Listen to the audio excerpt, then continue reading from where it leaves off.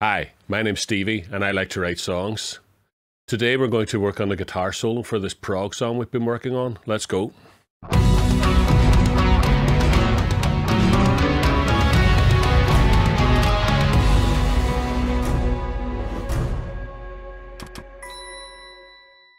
I want to think a wee bit today about how a guitar solo should take you on a journey in the song.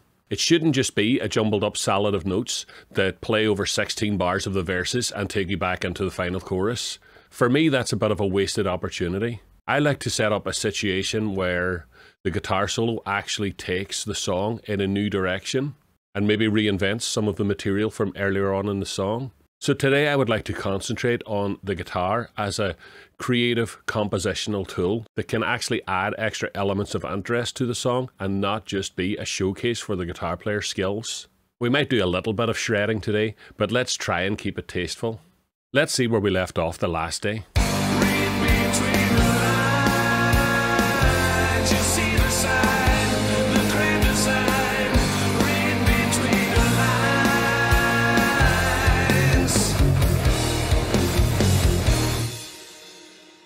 Okay, so my first instinct after that is to maybe return to the very beginning of the song where we had the piano coming in.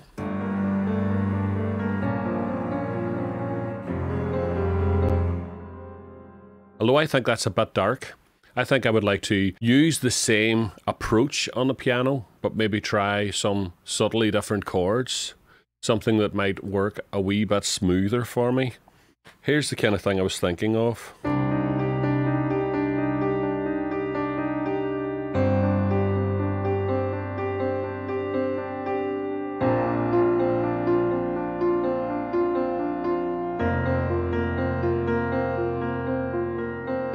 Let's look at that. Let's try and break down what chords we have here. So we've got C minor here, and it's got a 9 here. And then when we go to the G minor, we're actually playing it as a sus chord because we've got this 4 instead of the 3rd. So we're playing it like that. So that's making it a little bit ambiguous because we don't actually state that it's G minor. So I don't have to play the guitar solo as if it's G minor. I can choose G minor or G major.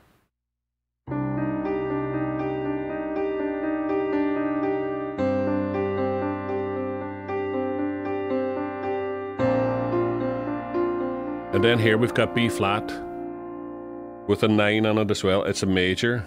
B flat, add 9.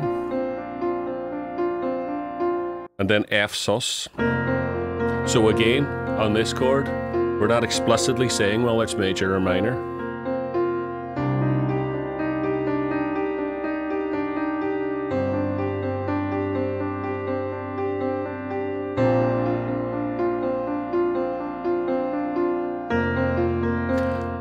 It's the same style of piano playing as the intro, but it's got a slightly more optimistic feel, which I think might be nice for leading into the guitar solo. Let's try and record that.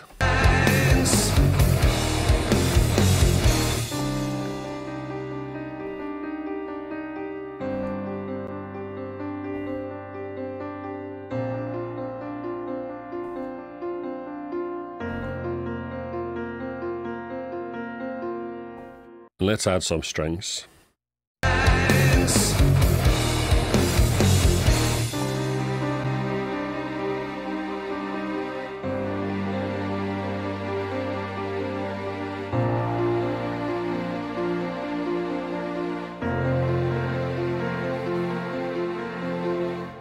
So I think I'd like to add some expression to the strings, give them a bit of a swell.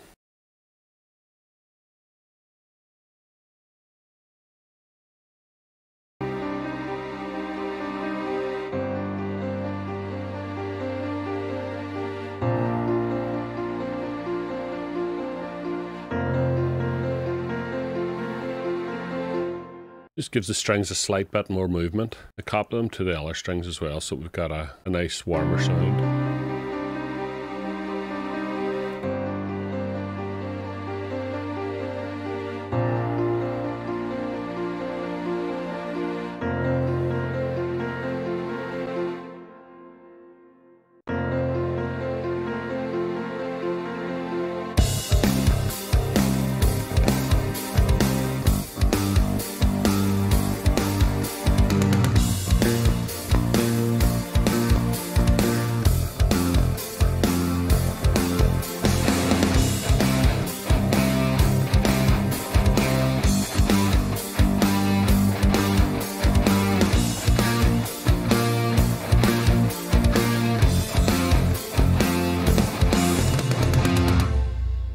guitar solo could probably be doing with one more section before I feel we could go back into the song again. So I was going to add extra chords. At the moment we have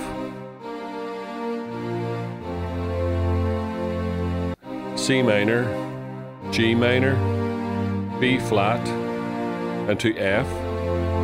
So one of the obvious omissions from that chord sequence is this chord, the A flat. That's the only chord we haven't been doing up till now, so it seems like a nice place to go because it's a bit of a contrast from everything else. So we could try that. Now that's the 6th chord in the key of E flat, so as we know, that's our Lydian chord, and I love getting a Lydian vibe any opportunity I can. I just really like the sound of it. One of the things we could do is play the A flat chord and then keep the bass line and suspend the B flat chord over it. G minor, back to C minor.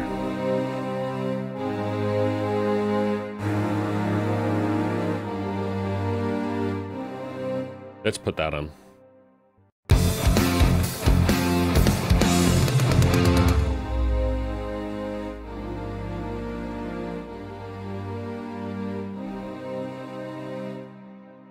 So we can see I've looped this round twice and I've added in the same expression from the previous parts in the strings. We put it on the 2 string parts. Probably the rhythm, guitars and bass can carry on in the same fashion, but of course sustaining that A flat note.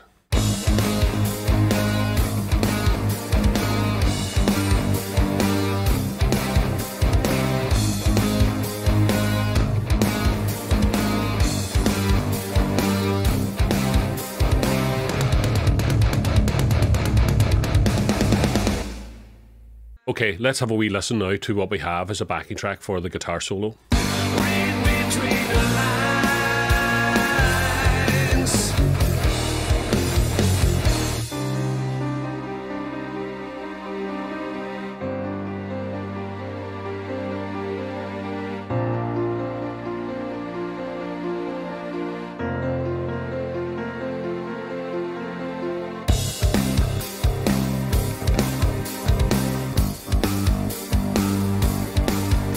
So just the bass guitar on its own, and then the rhythm guitars.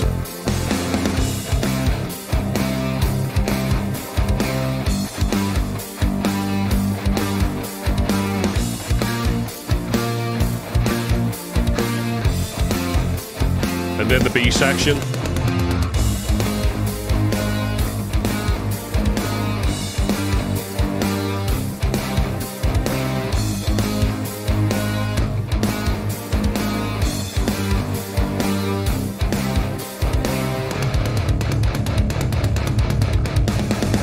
And at the end there we had a flattened 2nd chord, which is a D flat in this case, which acts as a nice flag that signals that something new is about to happen in the song. I feel like I want to build the guitar solo up gradually. I have a feeling I would like to use a classical guitar to start off the solo, and then maybe move at some point during the solo into electric guitar.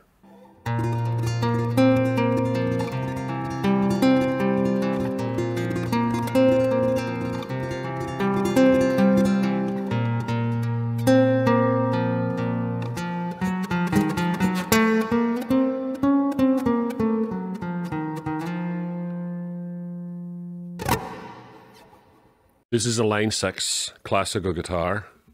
It's a thin body. So it uses Line 6 modeling inside it. It's got volume, body control. It's got built-in reverb, compression, and mic placement. So it uses quite a bit of modeling and gets a very nice sound. You could actually plug this directly into a PA system live and get a really beautiful, usable classical guitar sound. It comes with this little preamp thing. I think that just provides power for the piezo and the modeling. And very simply, it's plugged into the Chris Lord-Alge Waves plugin. It's the unplugged one. I'm not using any EQ at all. Spank compression. Both reverbs are switched on and a tiny bit of slap delay. So it doesn't need a lot of processing at all because it just sounds really great on its own. So I think the basic idea was going for something like this.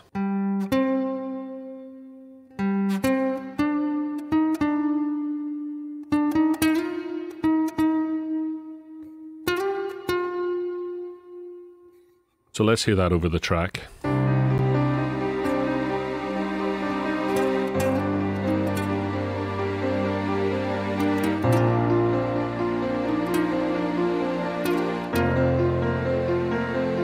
Okay. I was actually thinking that maybe that's quite a simple thing and maybe I could try and do some counterpoint along with it. So I've set up an open tuning here and I put the capo on the 2nd fret.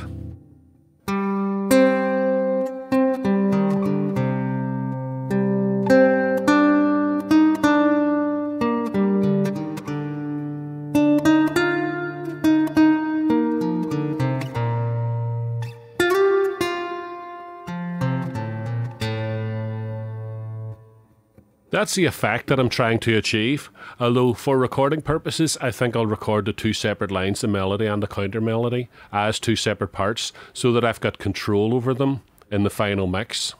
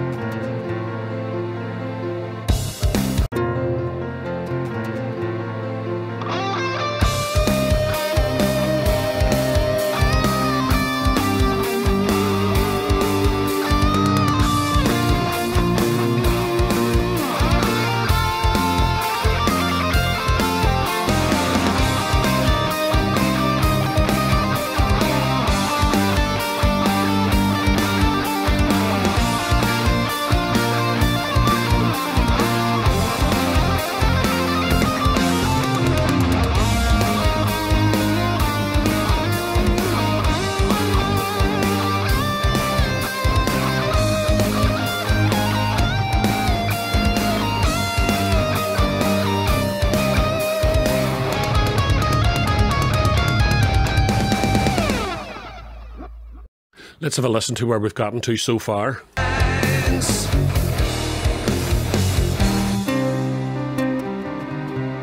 Notice the counterpoint on the guitar. When it goes to the electric guitar, the counterpoint carries on the same counterpoint melody.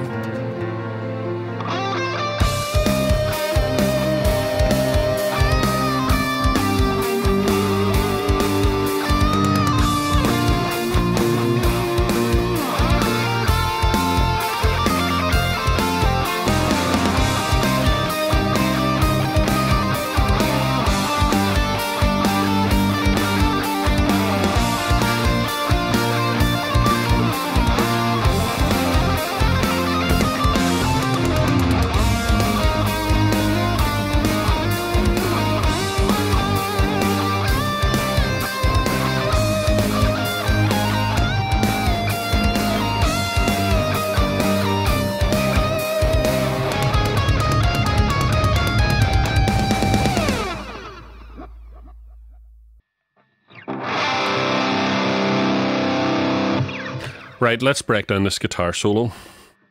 So, it has the appearance on the guitar that I'm playing in D minor, but I'm actually playing in C minor because the whole guitar is down a tone, and then the low E is down another tone, so it's actually drop C tuning. So I start off with this phrase.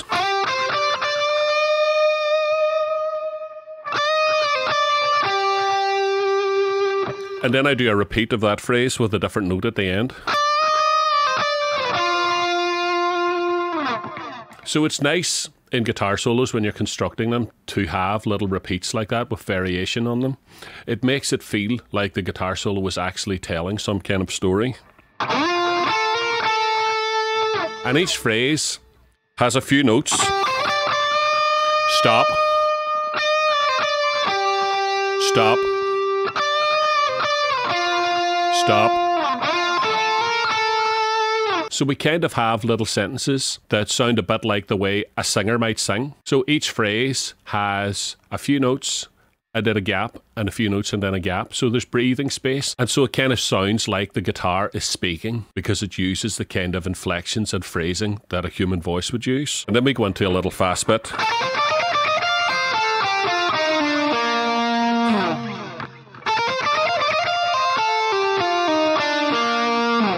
Then we go into a repeating pattern. And I do that on every chord. After I've repeated it note for note twice on 2 chords, there's a feeling like you could do it again. But if you did that, then the solo would sort of sound predictable. So at that point, I decided to mess it up a bit, and I did a completely different phrase ending.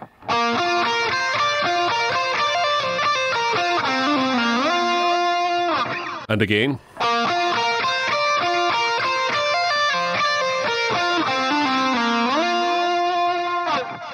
And then some alternate picking. And then a triplet rundown that's quite slow. At this point we go into the other section, which is a slightly more melodic section, and the guitar plays in a more soulful, slow way.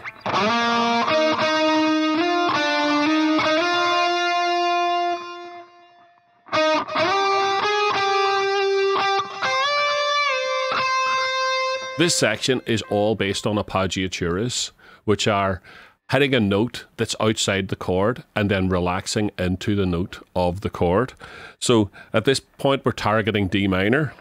So I go from the note above D and relax down. Same thing again, from outside the chord into the chord, and again.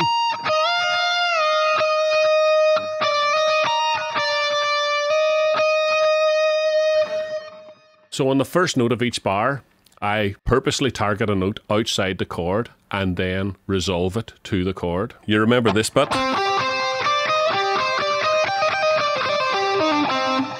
So we recap that again, but in a completely different key. And end on a nice Lydian note. So that last bar is in a completely different key from everything else. And sometimes when I do a drastic key change like that, I target Lydian.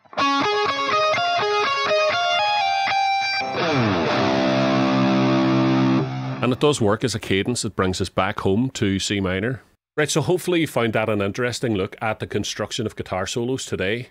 I think it's very important to have a melodic and lyrical sense whenever you're constructing a guitar solo. Try and use the types of phrase lengths that a singer would use. Try and think very carefully about what chords you're playing over and make sure that you're either targeting the notes or purposely targeting outside the chord for melodic effect. Try and make sure that your guitar solo has a beginning, a middle and an end so that the structure of your guitar solo makes it feel like the music is moving towards some end goal. And most importantly, just really have fun writing guitar solos. I certainly do.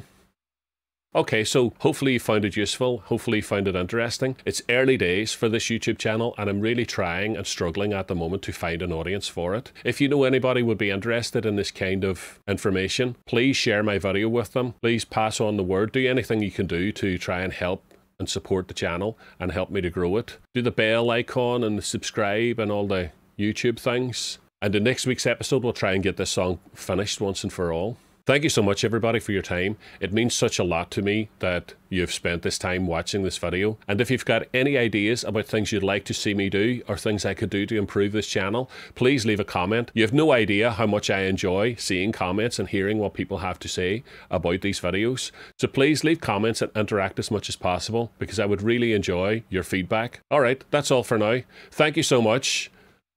You guys rock.